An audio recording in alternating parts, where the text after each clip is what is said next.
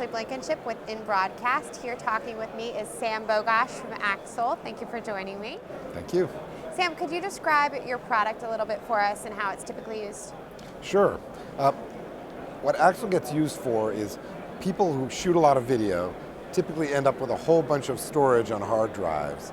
And that's generally either sitting on the shelf or even in their network, but it's very hard to search for things. It's very hard to convey information to coworkers or to clients if they're doing freelance work.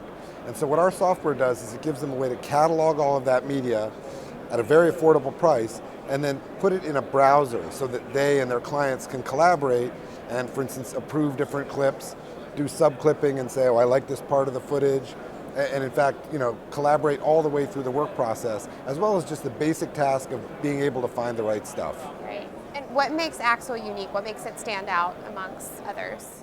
So what we're trying to do actually hasn't really been attempted before. There have been bigger, more expensive systems that cost tens or even hundreds of thousands of dollars, and those have been effectively used by big teams at the world's leading broadcasters.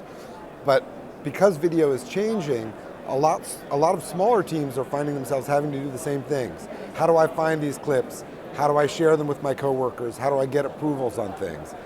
Those kinds of tasks haven't had a good solution if you didn't have tens or hundreds of thousands of dollars, and that's what we're trying to do. What would you say Axle's biggest success is up to this point?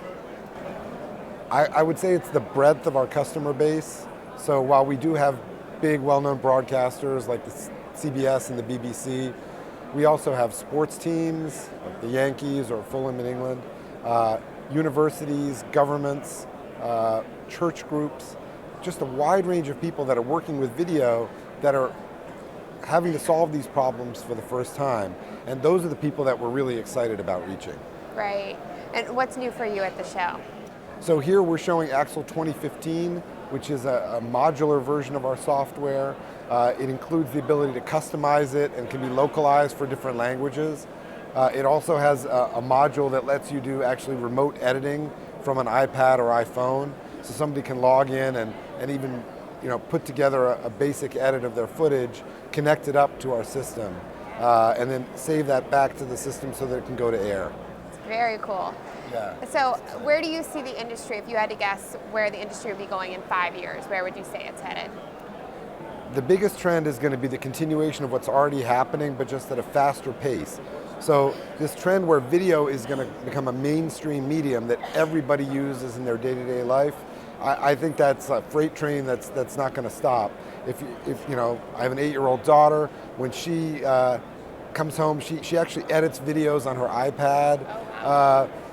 People are using video to communicate in such a widespread way. So today we see a worldwide market of probably 100,000 teams that could use our software today.